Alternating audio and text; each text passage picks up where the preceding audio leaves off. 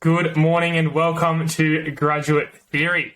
Today's guest is a podcast host, author, and keynote speaker. With over 30 years of experience in operations, marketing, and sales, he now works with organizations across the world, teaching them how to be better listeners. Bringing us impact beyond words, please welcome the deep listener himself, Oscar Trimboli. Oscar, welcome to the show. G'day, James. Looking forward to listening to your questions, and I'll be curious to listen to the questions we can't hear from the audience as well, because a lot of the time it's what's not said that's the difference between good conversations and great conversations. Absolutely, and I'm so interested to dive into all this with you. Listening is really one of those skills that I previously had no idea that it was a skill that you could even have, really. The first question I've got for you, Oscar, is about this world of listening. And I want to ask you, how did you actually end up in this world of listening? Because like we've said, it's something that really most people have never heard of, improving their listening. So how did you end up in this world of listening? I think there's three ways I think about it. The first one is when I was 13, I had basically a werewolf jaw. I've had a very protruded jaw, and most people who get braces get it for 1 or 2 years. I had braces for 5 years. So I never really wanted to draw attention to myself. And how do you do that? When you're talking to someone, just ask them questions and the attention goes back on them. So I think that was very early days. I wasn't aware that I was listening well, but it was a defensive strategy for me. And when I was in high school as well, we were at a school with different nationalities and everybody from Asia or Eastern Europe, and we used to play this Italian card game, but I couldn't speak any other language, so the Argentinians would form a team and speak in Spanish, and Polish teams would form a team and speak in Polish, and occasionally they'd be a player short. But because I didn't speak any other language, I had to get really good at looking at body language. I got really good at noticing what happened to people's eyes and eyebrows when they got a particular set of cards and figured it out. But where it really tipped over is when I was in a budget setting meeting at Microsoft between Singapore, Seattle and Sydney, and at the 20-minute mark, my vice president looked me straight in the eye in the Sydney boardroom and said, "Oscar, I need to see you immediately after this meeting." I quite honestly switched off, James, from that point on. All I could think about is how many weeks' salary have I got left in the bank account, because when Tracy said that, I just thought I was getting fired. The meeting finished and Tracy asked me to close the door, and I was sitting at one end of a very long boardroom table, and she asked me to come and sit next to her, and I was walking up this long boardroom table. She said, "You have no idea what you did at the 20-minute mark, do you?" And the only thing going through my head is, great, I'm getting fired and I have no idea what I did. She sat me down, she looked me straight in the eye. She said, "At the 20-minute mark, you changed the way the room listened to itself. If you could code the way you listen, you could change the world." And despite the fact Tracy said something so profound, the only thing going through my head, James, is, woo, I'm not getting fired. So I didn't think anything about what she said. I literally zoned out because I was so relieved that I wasn't fired. And then a week and a half later, the finance director, Brian, said, "Can you come to the budget setting meeting for Australia and audit my listening?" And I said, "Brian, you've been talking to Tracy. I got a $32 million uplift in my budget. I've got to figure out how to do that. I haven't got time for this listening caper.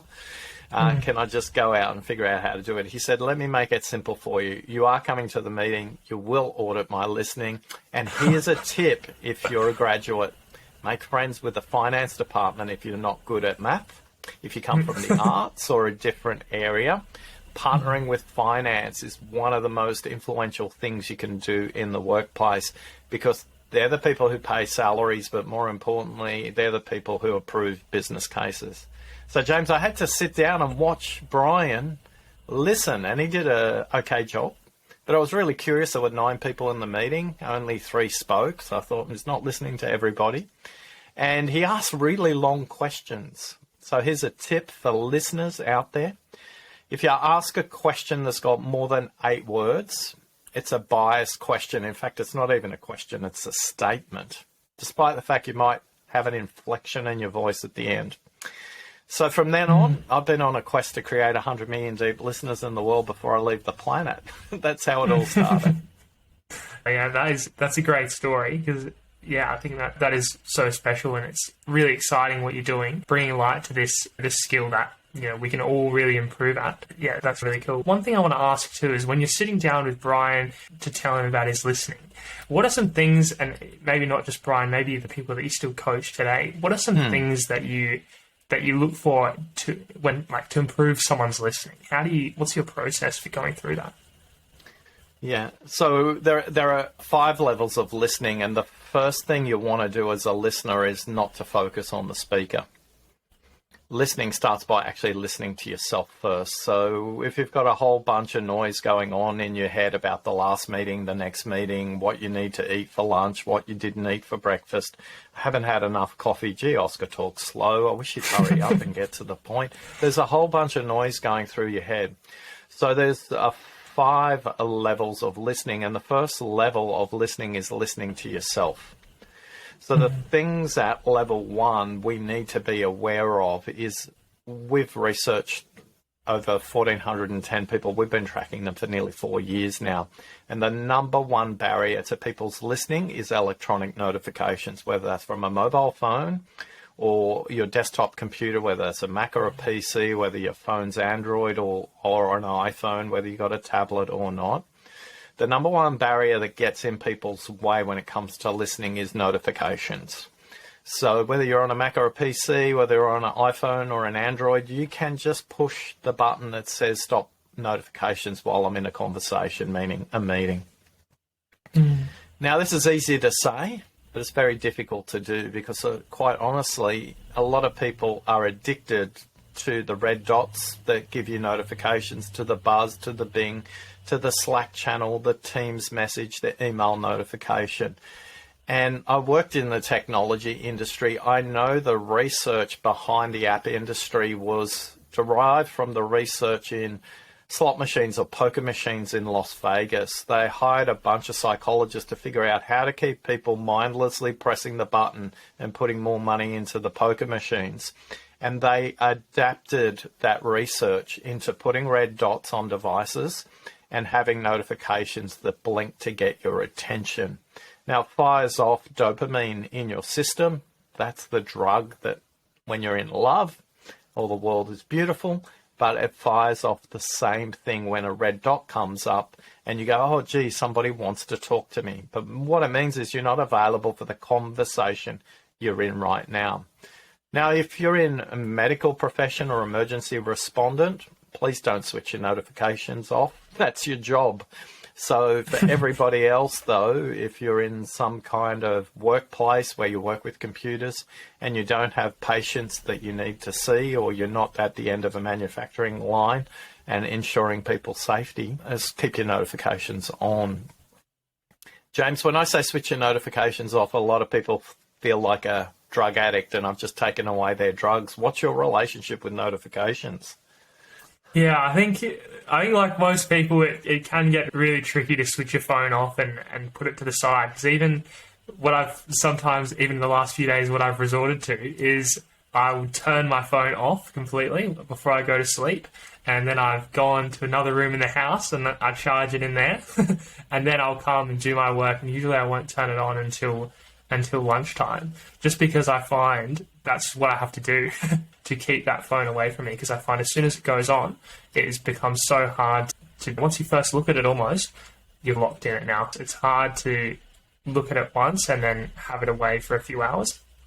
So I absolutely agree that the phone and even all notifications, because I find even when you're, let's say you're in a call for work, you've got your emails that are there, the Teams chat is open, all these things are still on some level those kind of slot machine type things where someone sends an email, bang, like I've got to read it straight away, otherwise the world's going to end. So even those things can really impact if you're in a meeting with someone, having these things around. So I feel like... So here's your challenge. Just go to system settings on your computer and switch those notifications off as well. You'll find... Oh, I'm curious, do you find yourself a little bit more productive now that you're not addicted to that phone and that reactiveness that comes about through just responding quickly to what's on the phone. What's your experience been for the Yeah. last week? Yeah, I definitely think that I'm like in the mornings. Definitely, I'm much. I find it's easier to work. I find I have better concentration because what I found before I started doing this was I'd have the phone next to my bed, and then you wake up, your phone's right there. Okay, I'll spend 20 minutes looking through Instagram, then I'll go on YouTube, watch the videos, or go on Facebook or any number of social media, and then starting off my day, I just found that I was almost just flat for the rest of the day. And then when I would be asked to do something that maybe required some effort or like something that I didn't want to do, I would just find it so hard to go and do that thing. Even if it was something like someone wants me to go and take the bins out or do just a normal household job, I would just feel I would struggle to have the motivation to do those things. And I'd, be like, oh, I don't really want to take the bins out. Like I just want to look at the phone. And I found that in the mornings, if I started my day off like that, it would carry through the entire day. Whereas if I can delay that a little bit, then it helps to reduce that impact. And it means I'm more able to, interact with the world and enjoy those regular activities more so than having that constant dopamine, like you mentioned, just from all those apps, just constantly attacking your brain almost. Yeah. Use the technology, don't let the technology use you. No, I think that's great advice. Because, it's so easy for that stuff to take control. Because, even like you were saying, the poker machines and stuff. And I'm sure there's that Netflix show. I've forgotten the name of it now. But The Social Dilemma.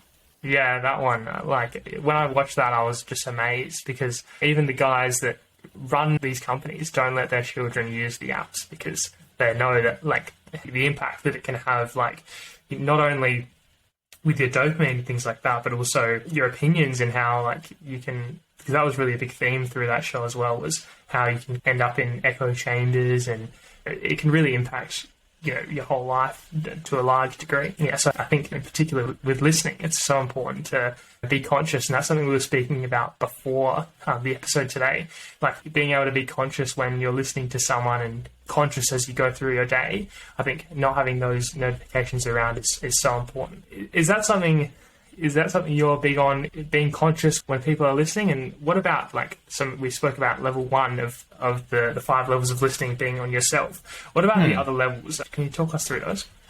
Sure. So let's just talk about all of them together and then we'll split them apart. So level 1 is listening to yourself. Level 2 is listening to the content. That's what people say, what you sense. What's the emotion coming through in their words? Level 3 is listening for the context. This is about the backstory.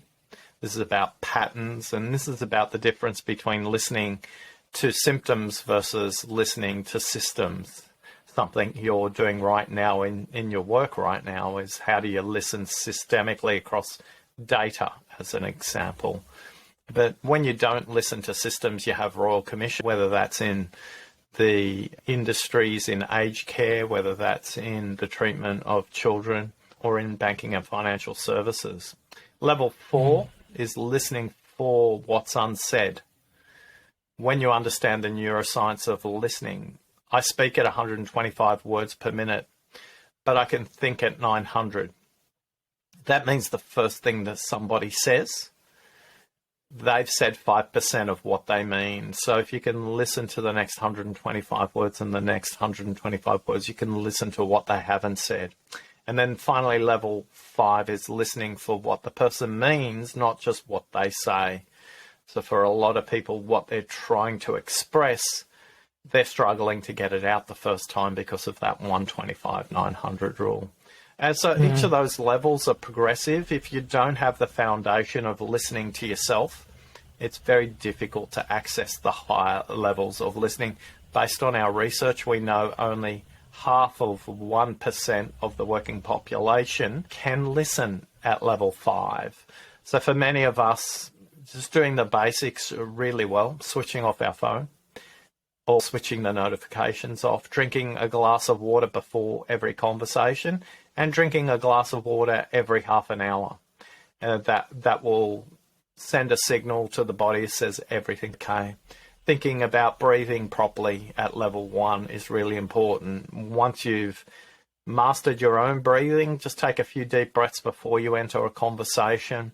And then if you get distracted during a conversation, here's 2 really basic tips.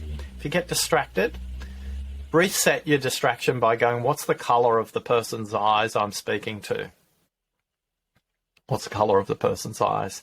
So with me, it's actually quite difficult because one colour of my eye is different from the other colour, James. So if you're playing that game right now, you might notice a little difference there. The second tip is when you get distracted and you have noticed the person's eye colour, but you're still distracted in the next part of the conversation, just take a really quick deep breath in through your nose and out through your mouth. It doesn't have to be like an Olympic weightlifter. The person won't even notice you're doing it. And then once you've mastered that, notice the speaker's breathing as well. So are they taking short breaths? Are they taking long breaths?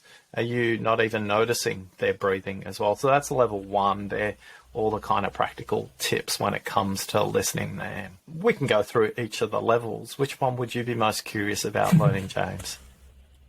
I think one thing that's interesting is talking about what's unsaid, right? And I think that is so interesting because it's so easy to hear someone speak and then just listen to what they've said and then continue the conversation or get some information from what they have said.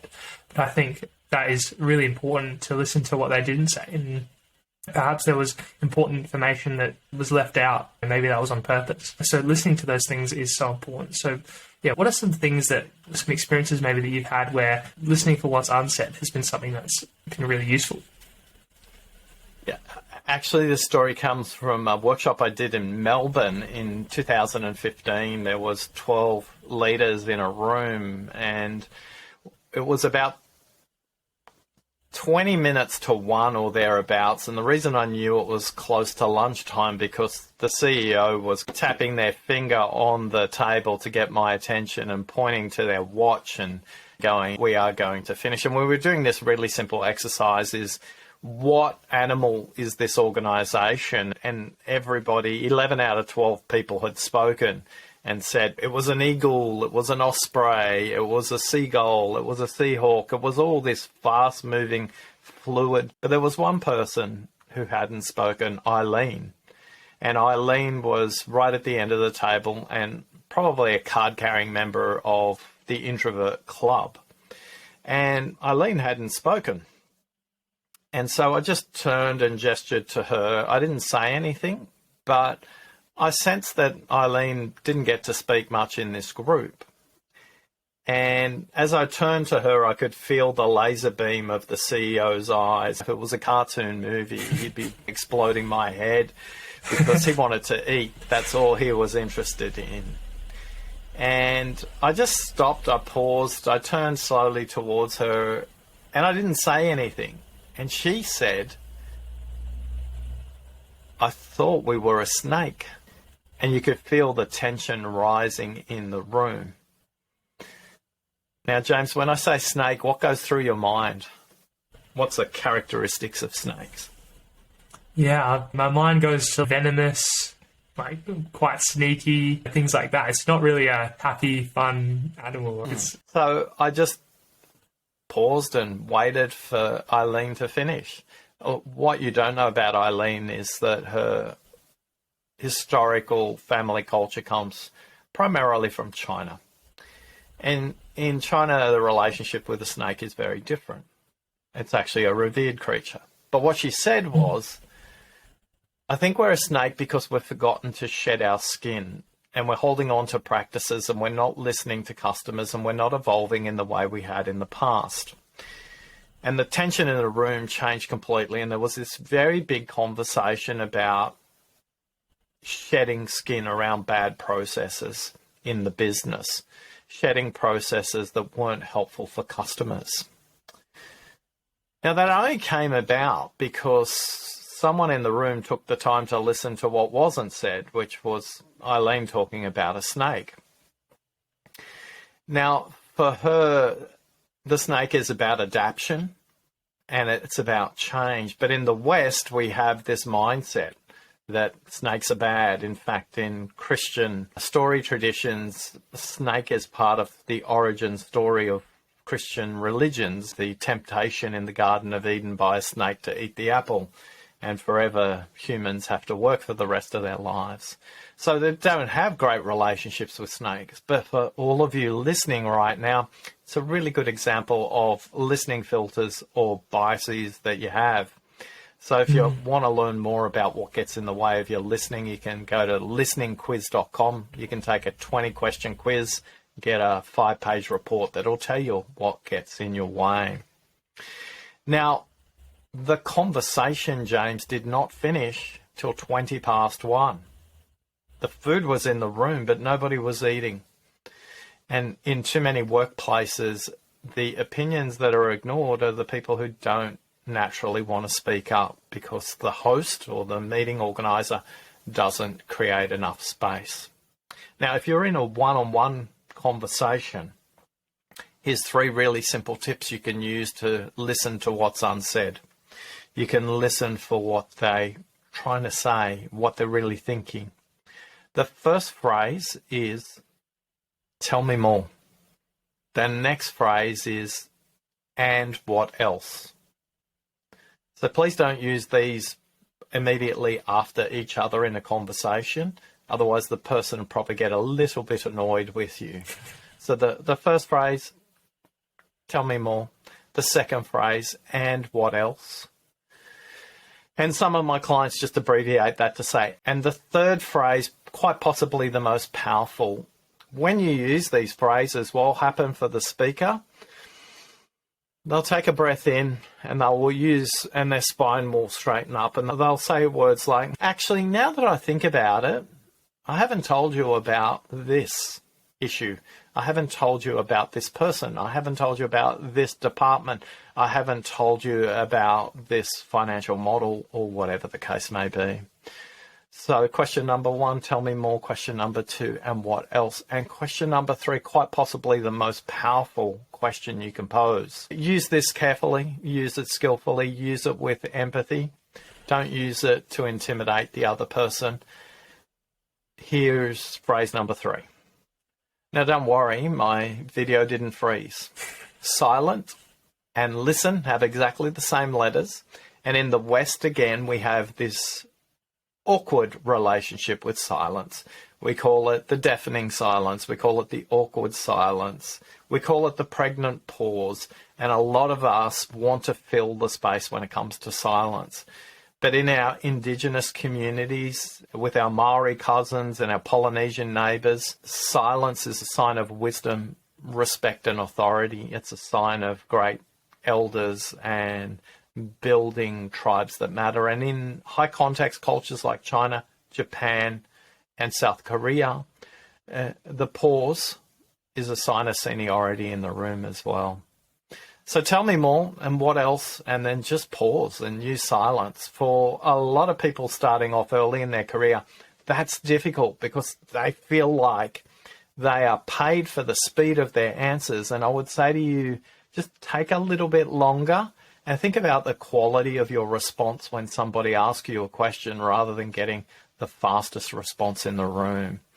Introverts are amazing synthesizers of group conversations. So check in regularly with an introvert and ask them, what themes are you noticing in the group? And what themes are you sensing are absent? And all of a sudden, you'll be able to expand what's unsaid so that you don't have to rework things because people didn't fully understand what everybody asked initially. I'm curious what you're thinking right now, James. Yeah, I'm just reflecting on what you said there about the introverts in the room, and even that example that you gave where you've got the one girl that hasn't really said anything all meeting. And I think that's something that's really interesting, where it's just sometimes the people that don't really say anything are the ones in their head. It's just their head's spinning. They're really thinking about everything that's going on. And often, although they don't say much, or sometimes in meetings they don't say their opinions as loudly as maybe other people do. I think often they do have like very good insights, and they need to be, even like we were saying, listening to what's not said. Let's be aware of the room and these people that don't say, maybe they have valid opinions and they really should be shared. Maybe they don't have the confidence or belief in themselves to do that. So being able to bring out those opinions is something that can be really beneficial, absolutely. And I would say be careful with labels for those of you listening. I think labels are really good on food jars and pharmaceutical products, but they're not good on people. I think in a room of actuaries and accountants, I would be considered an extrovert. Yet in a room full of actors, I would be considered an introvert. So I think labels are useful until they're not. So focus on the behaviour rather than saying that person is. Then behaviour shows up sometimes with people who are more reflective, and that's okay. I think the skill for the person is to encourage those people to participate and to offer opinions earlier in a conversation. Where people get frustrated with the deep thinkers and the introverts is they listen to the whole of the meeting, and the 5 minutes before the end they drop a hand grenade saying, "You do realise you haven't spent any time talking about our customers." And the whole room goes, "Oh, why wouldn't they have said that earlier?" So for many of us, we just need to be conscious of, in various situations, our behaviour. Listening is situational, it's relational, it's contextual. You'll listen differently to a peer than you will to your manager. You'll listen differently at home compared to work. You'll listen differently to somebody you've known for a long period of time compared to somebody you've just met. And all of us, when it comes to our listening, one thing to think about is this. There's two ways you can give attention or you can pay attention. Now, neither's right or wrong, but right now, some of you are giving attention to this conversation between James and I, and some of you are paying attention because you're on a bike in a gym, or you're on a treadmill, or you're doing some gardening, or you might be and you're paying attention. It's background audio. But some of you are giving attention. You're sitting down, you're listening to this, you may be taking notes, or you may be overlaying this with the context that you're working on. So there's different ways we show up with our listening. Now, you can't be a deep listener all the time. We've all got listening batteries, James, no different to a phone. And for some of us, by lunchtime, our listening batteries are drained. Some of us, by the time we finish work, our listening batteries are drained. Whenever your listening batteries are drained, a really quick way to reset it, listen to a song or some music for between 2 and 3 minutes. And that'll help your brain to relax, catch up, and help you be able to listen to the next conversation. I'm curious, James, where do you think you struggle the most in your listening? That's a really good question. I think my initial thoughts are what we were even talking about before, about the distractions and things like that. And perhaps it's an overt distraction, it's your phone or your email or something like that. But even for myself, like smaller than that, where it's just like, you know, the distraction of, you know, what's for dinner tonight while we're speaking, or things that aren't necessarily caused by some outside thing distracting me, but it's rather just like the focus can sometimes, when you're speaking to someone, sometimes you can start to think about things like, oh, it's a nice day outside today, what's for dinner, that person said that to me yesterday, what did they mean, things like that. And that can really affect it too. Yeah, and so just be aware the difference between a good listener and a great listener is not that they are not distracted. People often ask me at the beginning of workshops or webinars, how do I stop being distracted? And I go, the good news and the bad news, you'll never be not be distracted. So we talked earlier on about the 125/900 rule, the difference between my speaking speed and my thinking speed. The 125/400 rule is the difference between my speaking speed and your listening speed. So you can listen at 400 words per minute. So every conversation you have with a human is too slow. So you will be distracted. The difference between a good listener and a great listener is not that they get distracted, it's that they notice they're distracted quicker and come into the conversation. As a bridging strategy, a lot of the people I work with get a little uncomfortable with using this phrase, but when they have the courage to do it, amazing things open up. If you just say to the speaker, I don't know, James, have you ever been in a situation where you're distracted and they said something important and you go, if I just listen a little longer, the bits of the jigsaw puzzle will fall into place. Has that ever happened for you? Yes, that's definitely happened to me. Okay, so if you're listening on the podcast, James is nodding his head furiously at this situation. So rather than being out of integrity with the speaker, just pause and go, look, I'm really sorry. I got distracted. Do you mind saying that again? And what it'll do, it create an amazing connection between the two of you, because you've signaled to them that what they say matters, but that you are human and you did get distracted. And the reason why they will never have a problem doing anything other than saying that again is because it's happened to them. It's happened to the speaker where they've drifted off. Now, you can't do it 3 minutes in a row and say, sorry, I got distracted. Can you say that again? Sorry, I got distracted again. You know, they go, just this person doesn't care about what I'm saying. So that simple phrase, look, and it's a phrase I use surprisingly more often than people imagine, but it relaxes them because they go, oh, okay, he's going to be honest with me in a conversation. I can be maybe a little bit more honest with them as well. So that simple phrase, look, I'm really sorry I got distracted, or my apologies, I just got distracted by the red car that drove past, or the coffee machine, or whatever it is, and just say, do you mind repeating that again? I think it's important. Yeah, I think that's really good because, there's been times definitely where you're sitting in a meeting and then the person running it, so James, what do you think of this? And then I'm there like, ooh, I completely missed that. And I think that's great. Let's be honest and just say, okay, I lost you there. Can you please repeat the question? Things like that. I totally agree. It's better to be honest about it rather than, and build that trust rather than just saying something that comes, or trying to make yourself almost look like a bit silly when you're trying to answer a question you don't even know what the question was. Yeah. You say something that's you've completely missed what they asked. It's much better, to be like what you're just saying, genuine. Let's just reset and go from there. Absolutely. Yeah.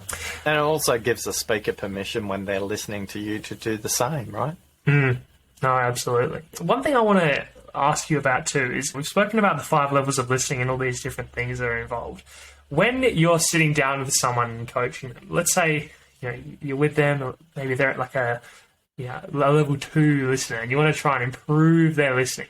What are some things that you sit down with them and you really work on to get them up to, like, working towards that level 5 listening where we're really listening for the meaning behind what they're saying as well? What are some key lessons that you coach people to improve at their listening? Yeah, keep in mind most people, 86% of people are at level 1 or level 2. And the aspiration for level 5 is like a kind of social runner who runs park runs wanting to do a marathon. Only half of 1% of the Earth's population has ever run a marathon, and that takes a high level of commitment. Having run 6 myself and feeling long-term injuries as a result of it, I can understand. When we're at level 2, one of the things I really want people to become conscious of is, are they listening to reload their argument, or are they listening to help the speaker make sense of what they're thinking? So for many of us, we think we need to understand everything the speaker is saying. And yet one of the things we can be really helpful with at level 2 is to start to notice some patterns in the way the speaker is explaining a problem. Now, all the research I've done, James, is in the workplace, so the examples I'll give accordingly are in the workplace as well. So a really simple example of this is a client of mine was telling me about a situation, and they met up with a peer, and they said to the peer, I'm really struggling with my boss. Now, they hadn't finished what they were about to say, and the other person said, oh, you think you've got a bad boss? Let me tell you about the worst boss I ever had. And they spent the next 20 minutes dumping on this other person about the boss. Now, what that person in that moment wanted the listener to do was actually to listen and not to solve or not to compare. So at level 2, one of the first things we want to do is help the speaker make a little bit of sense of the patterns that they're talking about. So when you're listening at level 2, I encourage you to notice, do people talk about mainly the past? Do they talk mainly about the present or the future? Do they speak about themselves, or do they speak about the team or others? Are they mainly internally orientated, or are they mainly externally oriented? Do they speak in stats, or do they speak in stories? Do they speak in details, or do they speak in big pictures?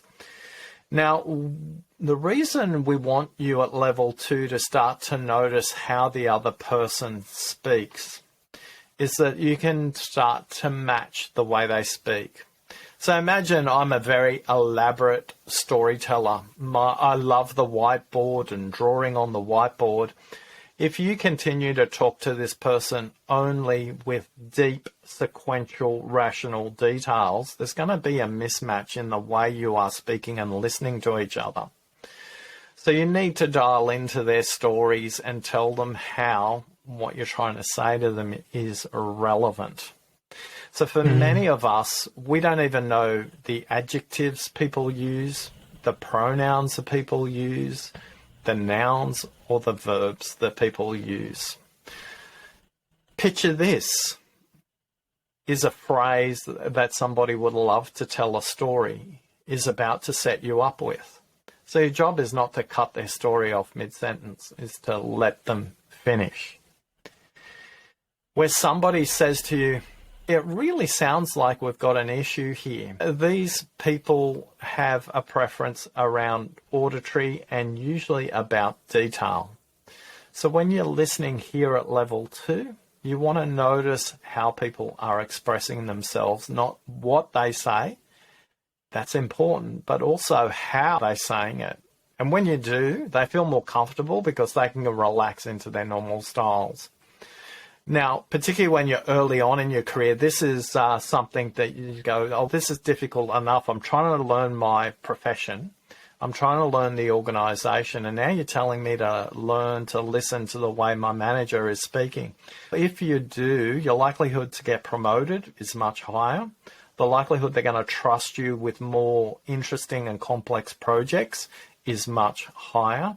The likelihood you're going to be working on projects that have more senior visibility is much higher. The difference, I rebuilt the graduate program at Microsoft, by the way. I didn't mention that to you, James, and it got exported to 26 Microsoft subsidiaries around the world in my time there. So I got a really big focus on next generation leaders.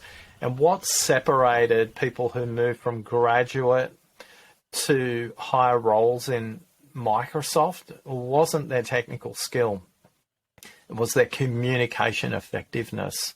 So if you do want these, this is a superpower you can build, and you'll accelerate your career more if you're perceived as a better listener.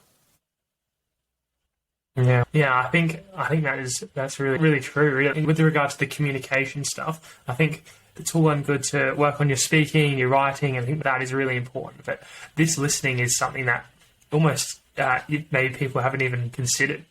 Improving listening is part of that really whole portfolio of communication skills, and something that you can really work on. And I think those tips you gave there, whether it's paying attention to your boss more closely, paying attention to how they say things, not just what they say. All of these things are really fundamental to, growing that whole better communication skill set. And I think that's really interesting, that the communication is really something that's driving your role in the organization rather than your actual technical skill. Because definitely I've found that in my own workplace, once you know your technical role, that's good. But once you get up to leading the team, even, which is almost like the next step, really, your communication then becomes really important. And so I think that's really interesting to hear. Were there any other things that you picked up from designing that grad program and just generally seeing people go from the grad programs through the organization? Were there any other common threads between people that really pushed on and progressed really well versus those people that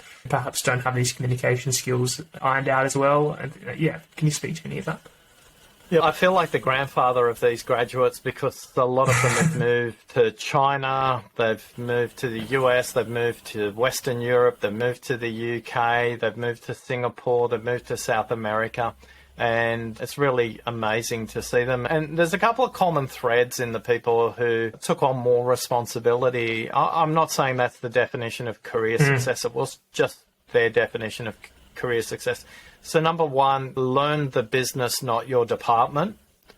That they were really good at. They would volunteer for projects that were cross-organisation rather than projects that were just inside their department. So they got to learn the customers much better. For some of them, that meant that they negotiated with their manager for 1 hour a week to listen to the customer calls from a contact center. So if you're in a really large organization, that's something that you would need to discuss with your manager, but it will give you a much broader perspective of the business. The second thing that distinguished the graduates that moved on, they understood the economics of the organisation they were part of and the outputs they're trying to create. So particularly if you're in government departments, it's very output driven. What's the policy? How does that connect to our citizens? And what are the budgets and policies that support that? And in commercial businesses, it's understanding the revenues, the costs, and how those things come together. So the second thing is they were relatively commercially astute. And the third thing was they were courageous. They were happy to reach out to the most senior people in the organisation and say, what advice would you give me? And a lot of them would book in half-an-hour coffees anywhere in the world with people. LinkedIn's an amazing tool that these people use to connect with people who weren't necessarily in their own organisation but had the skill set that they aspired to. So number one, network outside your department, understand what really matters to the whole organisation. Number two, understand the commercial or the output requirements of the organisation. And three, be courageous, reach out to somebody. It's rare that they'll say no. But what they might say is, I'm not the best person to support you on that. Can I make an introduction to somebody else who can? And James, you're a perfect example of that based on a referral you got from our common friend. And here we are having a conversation about listening. Yeah, I think that's really interesting. And the referrals is really great. And I think networking outside your organisation is something that, like, at least myself, I know that networking within the organisation is quite easy because I can just go and look someone up and send them a message quite quickly, but it's outside the organisation, perhaps organisations in the same field or organisations that you'd like to work someday or something like that. It's definitely possible to do things like that, and I think this is an example of reaching out to people that you don't know directly, but you can network around very easily. And I feel like, especially if you're a graduate, someone that's a bit younger, people are often really supportive in helping you, like giving you advice and, you know, trying to help you get to the places you want to go. I've found generally, I've almost received, like, not many people are going to say, I'm not interested in helping you at all, and I'm not going to let you know who else to speak to. I think that's quite rare. I think most people are quite genuine and they do care about you quite a lot as you're trying to grow your career. Yeah. So, Oscar, I've got one last question for you today, and that is, we've spoken about graduates a little bit now, but if you were graduating again, you've had such a fantastic career, you've worked in so many organisations. If you were going to graduate again, let's say this year, so you're going to start your career next year, what is one piece of advice that you would give yourself? I would give myself two pieces of advice. Number one, I would give back to my first year lecturers at university and go back to them and say, can I do a guest lecture based on my workplace experience and how I've applied what I've learned from you as a thank you to my lecturers. And the second thing I would do is I would take more time to listen to executive assistants and administrators in the organisation. They are the glue that holds the organisation together. They make everything run smoothly, and if you're in their bad books, they can slow everything down for you as well. So whether it's a receptionist, whether it's an executive assistant or any kind of administrator, these people are the glue that holds the organisation together. I'd invest more time in getting to know them. I think that's great advice, and this conversation has been absolutely fantastic. There's so much value that you've got inside your head, Oscar. Thanks so much for sitting down with me today. It's been really special. So thanks so much for your time. If people are looking to connect with you at different places, where is the best place for them to go? Just visit listeningquiz.com. That's got all the information you need, whether you want to take the quiz and find out what your listening barriers are, or you want to connect with me via LinkedIn. All the details are there at listeningquiz.com. Wonderful. Thanks so much for your time today, Oscar. Thanks for listening.